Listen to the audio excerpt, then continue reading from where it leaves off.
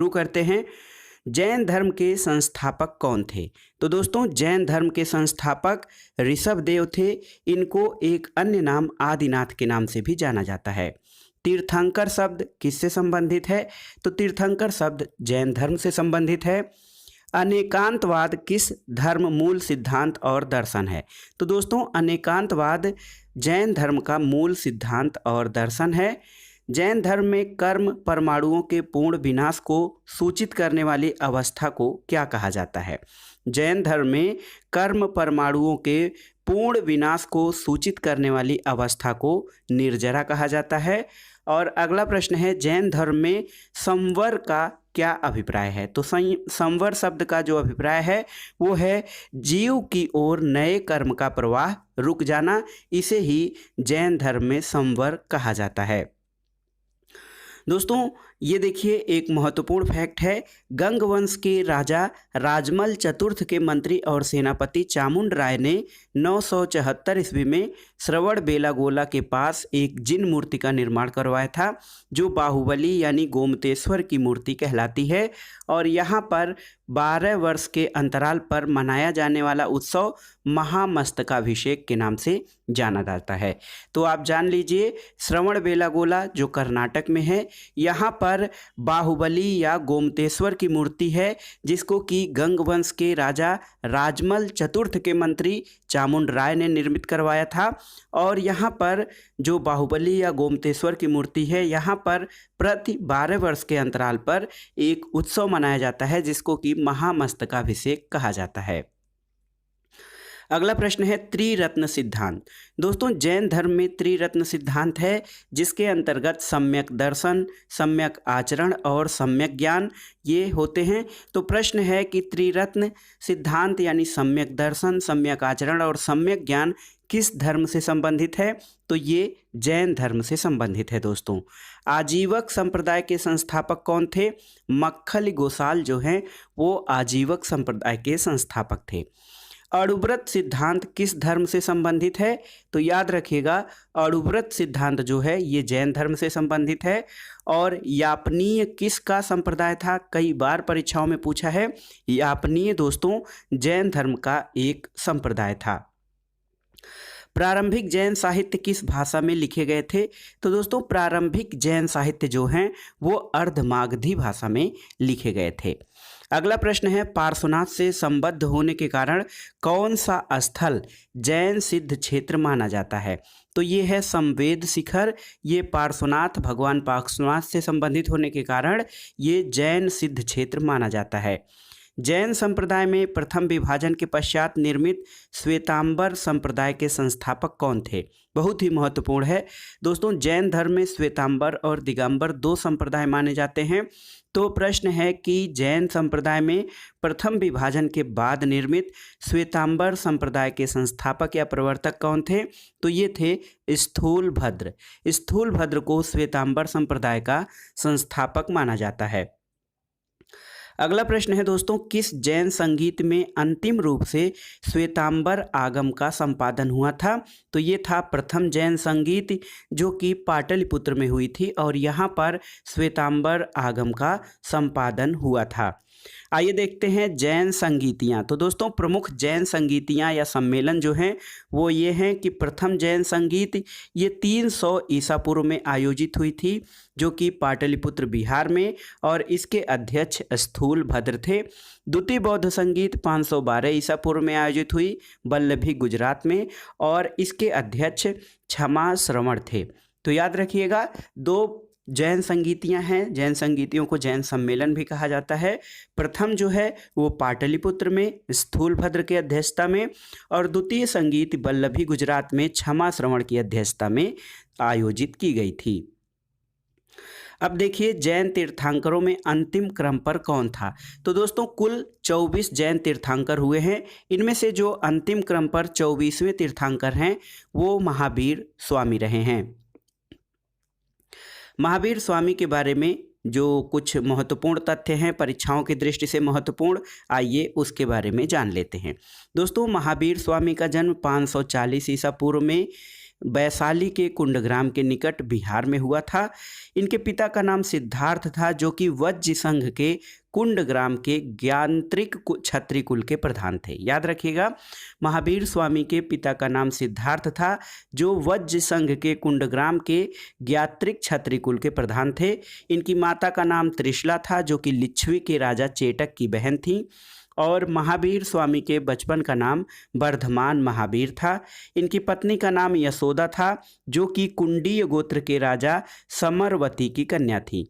और महावीर स्वामी की एक पुत्री भी थी, जिनका नाम प्रियदर्शना या अड़ोजा प्रियदर्शना था। इसके अलावा महावीर स्वामी की प्रमुख उपाधियाँ केवलिन अर्थात कैवल्य या सर्वोच्च ज्ञान की प्राप्त व्यक्ति, जिन यानी विजेता, निर्ग्रंथ यानी बंधन रहित, और अरहत यानी कि पूज्य। तो महावीर स्वामी को केवलिन, जिन, निर्ग्रंथ और अरहत आदि उपाधियों से विभूषित किया जाता है। दोस्तों, महावीर स्वामी को निर्वाण की प्राप्ति पावापुरी राजगृह बिहार में 72 वर्ष की आयु में 468 ईस्वी पूर्व में सस्तिपाल के यहाँ मल्ल गणराज्य के प्रधान जो थे उस शासित क्षेत्र में हुआ था। अगला प्रश्न देखते हैं, स्यादवाद सिद्धांत किससे संबंधित है? तो दोस्तों, स्यादवाद का जो सिद्धांत है ये जैन धर्म से संबंधित है। उत्तर प्रदेश में स्थित कौन सा स्थल बौद्ध और जैन धर्मों दोनों का प्रसिद्ध तीर्थस्थल है? तो ये है कौशाम्बी। 16 महाजनपदों का उल्लेख किस जैन रचना में मिलता है? तो ये है दोस्तों भगवती सूत्र। भगवती सूत्र में 16 महाजनपदों का उल्लेख मिलता है। अगला प्रश्न है, बराबर की गुफाओं का निर्माण किस लिए किया गया था? तो आजीविकों के आवास के लिए बराबर की गुफाओं का निर्माण किया गया था। अगला प्रश्न है, पार्श्वनाथ द्वारा प्रतिपादित 4 महाव्रतों में महावीर स्वामी ने 5वें महाव्रत के रूप में क्या जोड़ा? तो महावीर स्वामी ने 5वें महाव्रत के रूप में ब्रह्मचर्य को जोड़ा।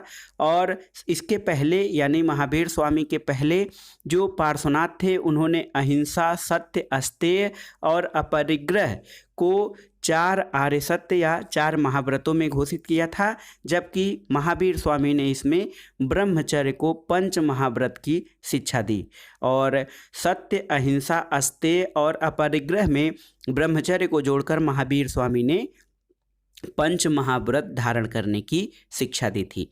दोस्तों, जैन ग्रंथ कल्पसूत्र के रचयिता कौन थे? तो ये भद्रबाहु थे। और जैन मूर्ति पूजा का प्राचीनतम प्रामाणिक अभिलेख कहाँ मिलता है? ये हाथी गुम्फा अभिलेख। हाथी गुम्फा अभिलेख में सबसे पहले जैन मूर्ति पूजा का प्राचीनतम प्रमाण मिलता है। दोस्तों, जैन संप्रदाय में विभाजन के बाद स्थूल भद्र के अनुयायी श्वेतांबर कहलाए और भद्रबाहु के दिगंबर कहलाए। तो एस याद रखिएगा, स्थूल भद्र के श्वेतांबर, यानी यस से स्थूल भद्र और उनसे श्वेतांबर, और बी और डी याद रखिएगा। तो भद्रबाहु के जो अनुयायी थे वो दिगंबर कहलाए। तो SSBD यानी जैन संप्रदाय में जो विभाजन हुआ था 2 संप्रदायों में, श्वेतांबर और दिगंबर। तो श्वेतांबर संप्रदाय के जो अनुयायी थे वो स्थूल भद्र के अनुयायी थे, और दिगंबर जो थे वो भद्रबाहु के अनुयायी थे। अब आइए देखते हैं बौद्ध धर्म से संबंधित महत्वपूर्ण प्रश्न है कि महात्मा बुद्ध की शिक्षाएं सर्वप्रथम किस रूप में संकलित की गई? तो ये था त्रिपिटक। दोस्तों, महात्मा बुद्ध की शिक्षाएं सबसे पहले त्रिपिटक के रूप में संकलित की गई। महाभिनिष्क्रमण से क्या तात्पर्य है? तो भगवान बुद्ध के गृह त्याग की घटना को महाभिनिष्क्रमण कहा जाता है। बुद्ध को ईश्वर के रूप में पूजने वाला बौद्ध संप्रदाय कौन सा है? तो ये है महायान। महायान संप्रदाय में भगवान बुद्ध को ईश्वर के रूप में पूजा जाता है। अगला प्रश्न है दोस्तों, किस बौद्ध संगीत में बौद्ध संघ स्थिरवादी तथा महासंघिक जैसे 2 भागों में विभाजित हुआ था? तो ये था द्वितीय बौद्ध संगीत। द्वितीय बौद्ध संगीत में बौद्ध संघ अस्थाविरवादी और महासंघिक 2 भागों में विभाजित हो गया था। अगला प्रश्न है, बौद्ध मत के उपसंपदा पद का क्या तात्पर्य है? तो उपसंपदा पद का तात्पर्य ये होता था कि बौद्ध भिक्षु के धर्म परिवर्तन की अंतिम अवस्था। अगला प्रश्न है, बुद्ध किसके राज्यकाल में कौशाम्बी आए थे? तो सम्राट था उदयन, उदयन शासक थे, उनके शासनकाल में महात्मा बुद्ध कौशाम्बी आए थे। दोस्तों, बौद्ध धर्म में शून्यवाद और विज्ञानवाद जैसी दार्शनिक पद्धतियों का उदय हुआ था और इसका प्रभाव शंकराचार्य के दर्शन पर भी पड़ा। इसी कारण उन्हें प्रछन्न बुद्ध की उपमा भी दी जाती है। बहुत ही महत्वपूर्ण तथ्य है दोस्तों, शंकराचार्य के दर्शन पर बौद्ध धर्म के शून्यवाद और विज्ञानवाद के प्रभाव के कारण शंकराचार्य को प्रछन्न बुद्ध की उपमा दी जाती है। अगला प्रश्न है, बौद्ध धर्म के 4 आर्य सत्य क्या हैं? तो दुख, दुख समुदाय, दुख निरोध और दुख निरोधगामिनी प्रतिपदा, ये बौद्ध धर्म के 4 आर्य सत्य हैं। बौद्धों की रामायण के नाम से प्रसिद्ध बुद्ध चरित्र के रचनाकार कौन हैं? बुद्ध चरित्र की रचना अश्वघोष के द्वारा की गई है। अशोक का कौन सा अभिलेख इस परंपरा की पुष्टि करता है कि गौतम बुद्ध का जन्म लुम्बिनी में हुआ था? दोस्तों, रुम्मनदेई स्तंभ अभिलेख, जो कि अशोक का स्तंभ लेख है, जो यह घोषित करता है या पुष्टि करता है कि गौतम बुद्ध का जन्म लुम्बिनी में हुआ था। अगला प्रश्न है, बौद्ध धर्म के महायान और हीनयान संप्रदायों में सर्वाधिक मौलिक अंतर क्या है? तो दोस्तों, देवी देवताओं की पूजा का जो अंतर है वो बौद्ध धर्म के महायान और हीनयान संप्रदायों में सर्वाधिक मौलिक अंतर है। बुद्ध की सर्वाधिक मूर्तियों का निर्माण गांधार शैली में हुआ है, बहुत ही महत्वपूर्ण है। तो महात्मा बुद्ध की सर्वाधिक मूर्तियों का निर्माण गांधार शैली में हुआ है और बुद्ध की प्रथम प्रतिमा मथुरा कला शैली के अंतर्गत बनाई गई थी। अगला प्रश्न है कि भारतीय कला में बुद्ध के जीवन की किस घटना का चित्रण मृग सहित चक्र द्वारा किया गया है? तो ये प्रथम उपदेश का चित्रण है। और बोधगया के महाबोधि मंदिर का स्तंभ गौतम बुद्ध के जीवन की किस महत्वपूर्ण घटना से संबंधित है? तो ये है गौतम बुद्ध को ज्ञान प्राप्ति से। महाबोधि मंदिर या बोधगया का महाबोधि मंदिर ये गौतम बुद्ध की ज्ञान प्राप्ति से संबंधित है। बुद्ध के उपदेश किससे संबंधित हैं? तो ये आचरण की शुद्धता और पवित्रता से संबंधित हैं बुद्ध के उपदेश।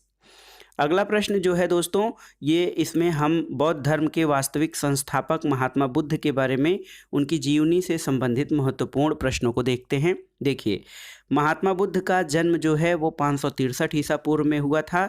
जन्म स्थान इनका लुम्बिनी वन, जो कि कपिलवस्तु वर्तमान में रुम्मनदेई नेपाल के अंतर्गत आता है। इनके पिता का नाम शुद्धोधन था, जो शाक्यों के राज्य कपिलवस्तु के शासक थे। गौतम बुद्ध की माता का नाम महामाया देवी था, जो कि कोलीय गणराज्य की राजकुमारी थी। और महात्मा बुद्ध के बचपन का नाम सिद्धार्थ था और इनका गोत्र गौतम था। पालन पोषण दोस्तों इनकी विमाता प्रजापति गौतमी ने किया था। गौतम बुद्ध की पत्नी का नाम यशोधरा था, जो कि कोलीय गणराज्य की राजकुमारी थी। और गौतम बुद्ध के एक पुत्र थे जिनका नाम राहुल था। इनके सारथी का नाम चन्ना, घोड़ा का नाम कंथक और ज्ञान प्राप्ति स्थल गया, यानी जो कि बोध गया बिहार में निरंजना नदी के तट पर स्थित है। और इस घटना को यानी महात्मा बुद्ध के ज्ञान प्राप्ति की घटना को संबोधि कहा जाता है। और महात्मा बुद्ध का जो प्रथम उपदेश स्थल रहा है वो ऋषिपत्तनम या मृगदाव, जिसे कि वर्तमान में सारनाथ नाम से जाना जाता है। और इनके शिष्य आनंद और उपाली रहे हैं। मुख्य शिष्य धर्म प्रचार का स्थल जो है वो मुख्य रूप से शाक्य, काशी, मगध, अंग, मल्ल, वज्ज और कौशल राज्य रहे। जीवन का अंत महात्मा बुद्ध का जो जीवन का अंत हुआ 483 ईसा पूर्व में 80 वर्ष की अवस्था में बैसाख पूर्णिमा के दिन हुआ था। और कुशीनगर उत्तर प्रदेश में इनके जीवन का अंत हुआ। और महात्मा बुद्ध के जीवन के अंत को महापरिनिर्वाण कहा जाता है। अगला प्रश्न है, बुद्ध के जीवन काल के कौन संघ का प्रमुख बनना चाहता था? तो दोस्तों, बुद्ध के जीवन काल में ही देवदत्त संघ का प्रमुख बनना चाहता था। और एक देखिए महत्वपूर्ण प्रश्न, भारत में मूर्ति पूजा की नींव बौद्ध धर्म ने रखी थी और सबसे पहले बुद्ध की प्रतिमाओं का पूजन किया गया था। बहुत ही महत्वपूर्ण है, भारत में मूर्ति पूजा की नींव बौद्ध धर्म में रखी गई और सबसे पहले मानव के रूप में देखा जाए तो बुद्ध की प्रतिमाओं का भगवान के रूप में पूजा किया गया। अगला प्रश्न है, नालंदा विश्वविद्यालय की स्थापना किस काल में हुई थी? तो ये गुप्त काल में। अष्टांगिक मार्ग की संकल्पना किससे संबंधित है? धर्म चक्र परिवर्तन से संबंधित है अष्टांगिक मार्ग की संकल्पना। इसके अलावा देखिए, बौद्ध संघ में भिक्षुणी के रूप में स्त्रियों के प्रवेश की अनुमति बुद्ध द्वारा कहाँ दी गई थी? तो ये वैशाली में दी गई थी। देखिए दोस्तों, सम्राट अशोक बौद्ध धर्म का अनुयायी था और उसने अपने पुत्र महेंद्र और पुत्री संघमित्रा को बौद्ध धर्म के प्रचार प्रसार के लिए श्रीलंका भेजा था। अब आइए देखते हैं संक्षेप में बौद्ध संगीतियों और किसके शासनकाल में कब संपन्न हुई और इनके अध्यक्ष कौन थे। तो पहली बौद्ध संगीत जो है, पहले ऐसे जान लेते हैं, 4 बौद्ध संगीत या 4 बौद्ध सम्मेलन हुए। पहली जो है 483 ईसा पूर्व में राजगृह में संपन्न हुई। इसकी अध्यक्षता महाकश्यप ने की थी और ये अजात शत्रु के शासनकाल में हुई थी। द्वितीय बौद्ध संगीत 383 ईसा पूर्व में वैशाली में साबकमीर की अध्यक्षता में कालाशोक के शासनकाल में हुई थी। तृतीय बौद्ध संगीत 250 ईसा पूर्व में पाटलिपुत्र में मोगलीपुत्र तिस्स के अध्यक्षता में अशोक के शासनकाल में हुई। और चौथी बौद्ध संगीत जो है वो 98 ईस्वी में कुंडलवन कश्मीर में वसुमित्र की अध्यक्षता में कनिष्क के शासनकाल में हुई थी। तो याद करने में हम लोग ऐसे याद करते हैं कि बौद्ध संगीतियों का जो स्थान का क्रम है रावयपाकु यानी राजगृह, वैशाली, पाटलिपुत्र और कुंडलवन। इसके अलावा इनके जो शासकों का क्रम याद रखते हैं हम लोग अका अक करके। अका अक यानी अ से अजातशत्रु, का से कालाशोक, फिर अ से अशोक और क से कनिष्क। तो याद रखिएगा बौद्ध संगीतियों का जो स्थान है वो रावयपाकु है और शासनकाल जो है अका अक, आप इससे याद कर सकते थे। अगला प्रश्न है दोस्तों, नागार्जुन किस बौद्ध संप्रदाय के थे। तो ये माध्यमिक संप्रदाय के थे। विश्व का सबसे ऊंचा विश्व शांति स्तूप बिहार में कहाँ स्थित है। ये राजगीर में स्थित है। बुद्ध की 80 फीट ऊंची प्रतिमा जो बोधगया में स्थित है किसके द्वारा निर्मित की गई है। जापानियों के द्वारा। और एशिया के ज्योतिपुंज यानी लाइट ऑफ एशिया के नाम से किस महापुरुष को जाना जाता है। गौतम बुद्ध को। दोस्तों एडविन एर्नाल्ड की पुस्तक है लाइट ऑफ एशिया और लाइट ऑफ एशिया के नाम से गौतम बुद्ध को जाना जाता है। अगला प्रश्न है, शून्यता के सिद्धांत का सर्वप्रथम प्रतिपादन करने वाला बौद्ध दार्शनिक कौन था। नागार्जुन। नालंदा महाविहार किसके लिए विख्यात है। तो पाली अनुसंधान संस्थान के लिए। पाली भाषा है दोस्तों और महात्मा बुद्ध ने अपने उपदेश जनसाधारण की भाषा पाली भाषा में दिए थे। नालंदा महाविहार पाली भाषा के अनुसंधान संस्थान के लिए प्रसिद्ध है। बौद्ध और जैन दोनों ही धर्म किस मत में विश्वास रखते थे। तो बौद्ध और जैन कर्म और पुनर्जन्म के सिद्धांत में विश्वास रखते थे। गौतम बुद्ध को एक देवता का स्थान किस राजा के शासनकाल में प्राप्त हुआ। तो कनिष्क के शासनकाल में। और बुद्ध की खड़ी प्रतिमा किस काल में बनाई गई। दोस्तों कुषाण काल में। और कुषाण काल का एक महत्वपूर्ण या महाप्रतापी शासक कनिष्क था। प्रथम शताब्दी ईस्वी में किस भारतीय बौद्ध भिक्षुक को चीन भेजा गया था। नागार्जुन को। नागार्जुन को प्रथम शताब्दी ईस्वी में चीन भेजा गया था। आइए देखते हैं त्रिपिटक जिनको कि बौद्ध ग्रंथ के जो है महान बौद्ध ग्रंथ माने जाते हैं। त्रिपिटक इसमें मुख्य रूप से सुत्त पिटक, विनय पिटक और अभिधम्म पिटक आते हैं। सुत्त पिटक जो है दोस्तों ये पिटकों में सबसे बड़ा है और इसमें बुद्ध के उपदेशों और संवादों का संकलन किया गया है। विनय पिटक ये सबसे छोटा पिटक है और बौद्ध संघ के आचार विचार और नियम निषेध का संकलन इसमें किया गया है। अभिधम्म पिटक ये मध्यम है और बुद्ध के आध्यात्मिक और दार्शनिक विचारों का जो है संकलन अभिधम्म पिटक में किया गया है। तो सुत्त पिटक बुद्ध के उपदेश और संवाद हैं। विनय पिटक में बौद्ध संघ के आचार विचार और अभिधम्म पिटक में बुद्ध के आध्यात्मिक और दार्शनिक सिद्धांत दिए गए हैं। अगला प्रश्न है, बुद्ध के जीवन पर किन 4 दृश्यों का सबसे अधिक प्रभाव पड़ा था। तो वृद्ध व्यक्ति, बीमार व्यक्ति, मृतक और प्रसन्नचित्त सन्यासी, इन 4 व्यक्तियों का सर्वाधिक प्रभाव बुद्ध के जीवन पर पड़ा था। मगध के किस राजा ने बुद्ध के निवास के लिए वेलुवन में एक जो है वेलुवन नामक एक महाविहार बनवाया था। तो बिंबिसार ने। और संघ में प्रवेश करने वाली प्रथम महिला कौन थी। प्रजापति गौतमी, जिन्होंने कि गौतम बुद्ध के माता के देहांत के बाद उनका पालन पोषण किया था। अगला प्रश्न है, बुद्ध ने अपने जीवन की अंतिम वर्षा ऋतु कहाँ व्यतीत की थी। तो वैशाली में। अगला प्रश्न है, संसार अस्थिर है और क्षणिक है, यह मान्यता किस धर्म में है? तो संसार अस्थिर और क्षणिक यह बौद्ध धर्म की मान्यता है। आइए देखते हैं बुद्ध के जीवन की घटनाएं और उनके प्रतीक। दोस्तों, घटना और प्रतीक देखिए, गर्भ जो है वो हाथी इसका प्रतीक है, जन्म का प्रतीक कमल है, निर्वाण का प्रतीक पद चिन्ह है, और देखिए प्रथम प्रवचन या प्रथम उपदेश जो है वो चक्र है, ज्ञान प्राप्ति बोधि वृक्ष से संबोधित है, और यौवन इनका सांड से संबंधित है, समृद्धि शेर से, मृत्यु जो है स्तूप जो है वो भगवान बुद्ध की मृत्यु को परिलक्षित करते हैं, और गृह त्याग का संकेत घोड़ा है। अगला प्रश्न है, गांधार कला में बुद्ध को प्रतिबिंबित किया गया ग्रीक रोमन शैली में। गांधार कला में बुद्ध को ग्रीक रोमन शैली में चित्रित किया गया था। उपोषथ का आचरण कौन करते थे? दोस्तों, उपोषथ जो था इसका आचरण बौद्ध भिक्षु करते थे। महायान बौद्ध धर्म में बोधिसत्व अवलोकितेश्वर को किस अन्य नाम से जानते हैं? तो अवलोकितेश्वर को पद्मपाणि नाम से जाना जाता है। भारत का सबसे बड़ा बौद्ध मठ कहाँ स्थित है? सिक्किम में। बौद्ध शब्दावली में धर्म चक्र परिवर्तन क्या निर्देशित करता है? तो धर्म चक्र परिवर्तन बुद्ध के प्रथम उपदेश को निर्देशित करता है, जो कि उन्होंने सारनाथ में दिया था। वज्रयान बौद्ध धर्म में बुद्ध की संगिनी को कहा जाता था। तो दोस्तों, वज्रयान बौद्ध धर्म में बुद्ध की संगिनी को तारा कहा जाता था। बौद्ध धर्म की किस शाखा में अनात्म सिद्धांत और मुद्गल को मान्यता दी गई है? तो सर्वास्तिक सिद्धांत है ये बौद्ध धर्म का शाखा है, जिसमें अनात्म सिद्धांत और पुद्गल को मान्यता दी गई है। अगला प्रश्न है, महासांधिकों के अनुसार जीव किससे निर्मित हैं? तो ये 9 धर्म से निर्मित हैं। बौद्ध धर्म के त्रिरत्नों में क्या शामिल है? बुद्ध, धम्म और संघ। बुद्ध, धम्म और संघ जो हैं ये बौद्ध धर्म के त्रिरत्नों में शामिल किए जाते हैं।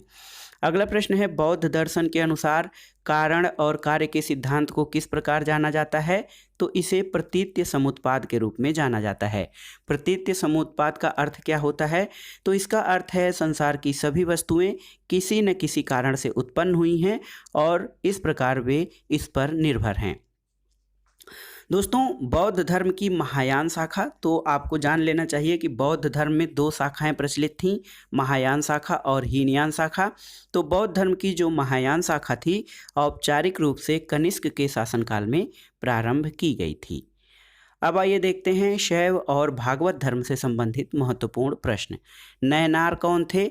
तो नयनार जो है वो दक्षिण भारत के शिव के उपासक थे। मत्तमयूर से क्या आशय है? तो प्राचीन भारत में एक शैव संप्रदाय था जिसको कि मत्तमयूर कहा जाता था। त्रिमूर्ति और अर्धनारीश्वर की पूजा किस काल में प्रारंभ हुई? गुप्त काल में। दोस्तों, मेगस्थनीज ने भगवान शिव को कौन सी संज्ञा दी थी? डायोनिसस। डायोनिसस संज्ञा मेगस्थनीज ने भगवान शिव को दी थी। और आप जानते हैं कि मेगस्थनीज की प्रथम प्रसिद्ध पुस्तक का नाम इंडिका है। जैन ग्रंथ उत्तराध्ययन सूत्र में वासुदेव का संबंध किस जैन तीर्थंकर से बताया गया है? तो अरिष्ट नेमि से बताया गया है, जो है वासुदेव का संबंध। लिंग पूजा का प्रथम स्पष्ट उल्लेख किस पुराण में मिलता है? मत्स्य पुराण में।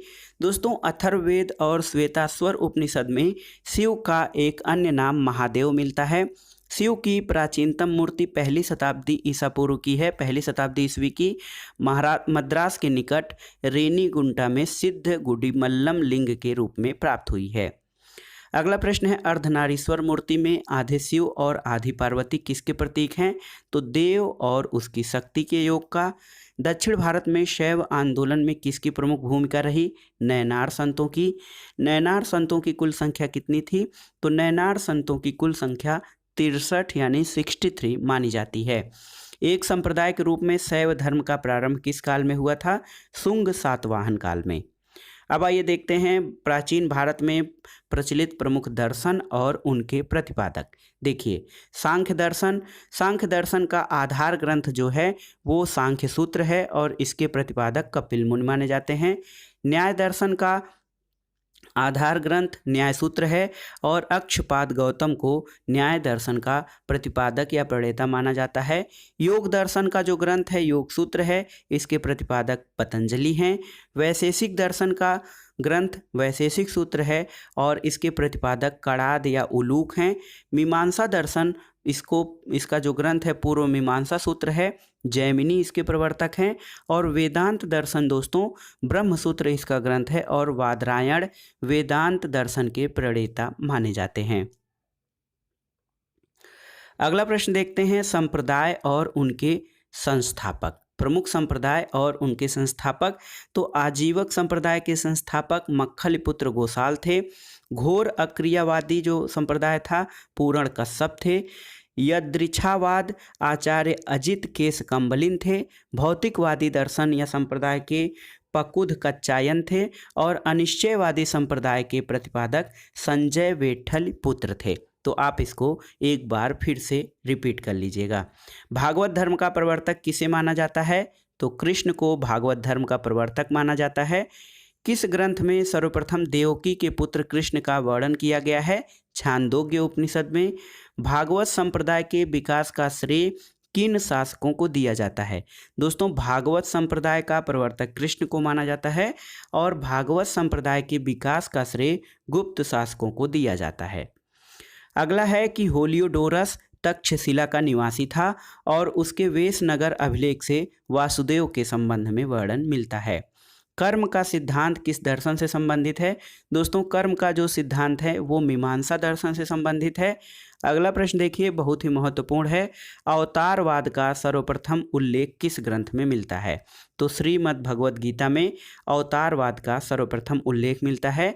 भगवद गीता में मोक्ष के साधन के रूप में धर्म, कर्म और भक्ति को समान महत्व दिया गया है। धर्म, कर्म और भक्ति भगवद गीता में मोक्ष के साधन के रूप में इन सभी को समान महत्व दिया गया है।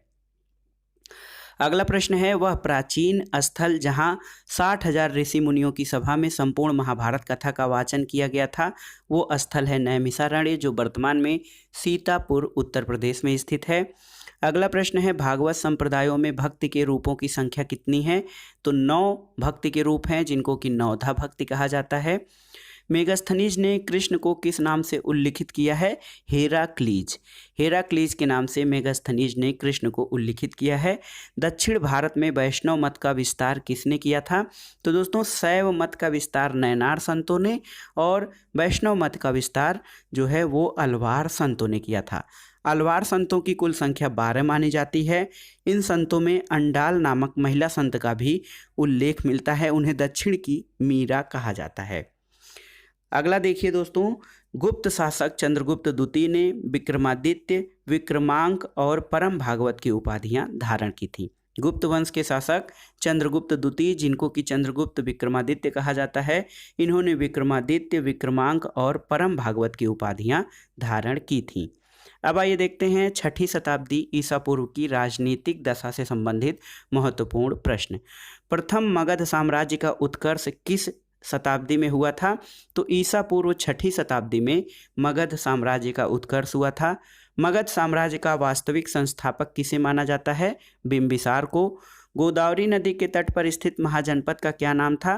तो दोस्तों दक्षिण भारत में एकमात्र महाजनपद था जिसको कि अस्मक या अस्सक कहा जाता है। ये दक्षिण भारत में स्थित एकमात्र महाजनपद था और अन्य जो महाजनपद थे 16 महाजनपदों का उल्लेख मिलता है। तो 15 महाजनपद उत्तर भारत में स्थित थे।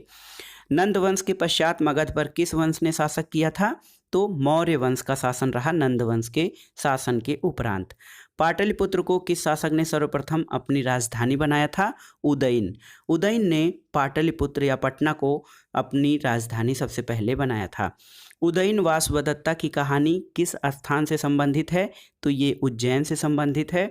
और सिकंदर के आक्रमण के समय दोस्तों उत्तर भारत में नंद वंशीय शासक घनानंद का शासन था। याद रखिएगा, सिकंदर यूनान का महान आक्रमणकारी था जिसे अलेक्जेंडर द ग्रेट भी कहा जाता है। इसके आक्रमण के समय उत्तर भारत में नंद वंश के शासक घनानंद का शासन था। अगला प्रश्न है गौतम बुद्ध के समय का प्रसिद्ध वैद्य जीवक को किसने अपने दरबार में स्थान प्रदान किया था? बिंबिसार ने। और प्राचीन स्थान श्रावस्ती का नगर विन्यास किस आकृति का है? तो ये अर्धचंद्राकार है। मगध के किस शासक ने राज्यारोहण के लिए अपने पिता की हत्या की और स्वयं भी अपने एक पुत्र द्वारा मारा गया था? ये था दोस्तों अजात शत्रु। अगला प्रश्न है सिकंदर और पोरस की सेनाओं के मध्य किस नदी के तट पर युद्ध हुआ था? तो वो था झेलम नदी। और किस शासक को परशुराम का दूसरा अवतार कहा जाता है? ये थे महापद्मनंद। महापद्मनंद को परशुराम का दूसरा अवतार कहा जाता है। अब आगे देखते हैं 16 महाजनपद और उनकी राजधानियां कौन सी थीं। तो सबसे पहले देखते हैं अंग महाजनपद। अंग जो है इसकी राजधानी चंपा थी और चंपा का प्राचीन नाम मालिनी था और ये वर्तमान में मुंगेर जनपद बिहार के अंतर्गत आता है। द्वितीय जो दूसरा महाजनपद है मगध। मगध की राजधानी गिरिव्रज या राजगृह। मल्ल महाजनपद इसकी राजधानी कुशीनारा या पावापुरी थी, जिसके अंतर्गत वर्तमान देवरिया और गोरखपुर का क्षेत्र आता है। काशी इसकी राजधानी वाराणसी थी। कोसल की राजधानी श्रावस्ती और अयोध्या थी, इसमें वर्तमान फैजाबाद का क्षेत्र आता है। पांचाल दोस्तों उत्तरी पांचाल इसकी राजधानी अहिछत्र थी और दक्षिणी पांचाल की राजधानी काम्पिल्य थी। कुरु महाजनपद इसकी राजधानी इंद्रप्रस्थ थी, जो वर्तमान में मेरठ और दक्षिण पूर्व हरियाणा का क्षेत्र पड़ता है। वज्जी महाजनपद की राजधानी विदेह और मिथिला थी। मत्स्य महाजनपद इसकी राजधानी विराटनगर थी, जो कि वर्तमान में जयपुर राजस्थान में आता है। वत्स महाजनपद इसकी राजधानी कौशाम्बी थी, जिसके अंतर्गत प्रयागराज और बांदा का क्षेत्र आता है। 11वां महाजनपद सूरसेन है, इसकी राजधानी मथुरा थी। चेद महाजनपद सोथिवती या शक्तिमती राजधानी थी। अस्मक महाजनपद इसकी राजधानी पोतन या पोटली थी। अवंती महाजनपद की राजधानी उत्तरी अवंती की उज्जैन और दक्षिणी अवंती की महिष्मती थी। 15वां महाजनपद है गांधार, इसकी राजधानी तक्षशिला थी, जो वर्तमान में पाकिस्तान में है। और कंबोज महाजनपद की राजधानी हाटक थी, जो राजपुर में है और ये वर्तमान में कश्मीर के अंतर्गत है। वज्ज और मल्ल महाजनपद जो थे वो दोनों यहाँ पर गणतांत्रिक व्यवस्था थी, यानी राजा का चुनाव जो था एक संघ के द्वारा किया जाता था और राजा का पद यहाँ पर निर्वाचित होता था, न कि वंशानुगत होता था। अगला प्रश्न है दोस्तों हर्यक वंश का अंतिम शासक कौन था? तो हर्यक वंश का अंतिम शासक नागदशक था। उज्जैन का प्राचीनतम नाम क्या है? तो अवंतिका उज्जैन का प्राचीनतम नाम है। सिकंदर की मृत्यु कहाँ हुई थी? दोस्तों सिकंदर की मृत्यु बेबीलोन में 323 ईसा पूर्व में हुई थी। अगला प्रश्न है ग्रीक लेखकों ने किस स्थान का उल्लेख अग्रमीज और जैंद्रमीज नाम से किया है? तो ये है घनानंद। घनानंद का उल्लेख ग्रीक लेखकों ने अग्रमीज और जैंद्रमीज नाम से किया है। बिहार के समकालीन यूनानी लेखकों का, जो सिकंदर के समकालीन यूनानी लेखक हैं, उनका विवरण देखिए। यहाँ से भी प्रश्न पूछे जाते हैं। अरिस्टोब्यूलस, इसका जो समय है 327 से 326 ईसा पूर्व। इसकी रचना है युद्ध का इतिहास। इसमें एरियन और प्लूटार्क ने अपनी रचनाओं का आधार अरिस्टोब्यूलस के युद्ध के इतिहास को बनाया। ओनोसिक्रेटस, इसका जो समय काल है 327 से 326 ईसा पूर्व। इसने सिकंदर की जीवनी लिखी और यह जहाजी बेड़े का चालक था। नियार्कस दोस्तों 327 से 326 ईसा पूर्व में इसने स्ट्रैबो और एरियन का विवरण दिया है और यह सिकंदर के जहाजी बेड़े का एडमिरल था। इसके अलावा एक प्रश्न देखते हैं। बौद्ध ग्रंथ अंगुत्तर निकाय और जैन ग्रंथ भगवती सूत्र में 16 महाजनपदों का उल्लेख मिलता है। आपसे ये पूछा जाए जो 16 महाजनपद हैं उनका उल्लेख कहाँ मिलता है? तो बौद्ध ग्रंथ अंगुत्तर निकाय और जैन ग्रंथ भगवती सूत्र में 16 महाजनपदों का उल्लेख मिलता है। तो दोस्तों ये था आज का वीडियो एनसीईआरटी सार संग्रह श्रृंखला का प्राचीन इतिहास का दूसरा भाग। इसमें आपने जैन धर्म, बौद्ध धर्म, शैव और भागवत धर्म तथा 6वीं शताब्दी ईसा पूर्व की जो भारत की राजनीतिक व्यवस्था थी, 16 महाजनपद, उनकी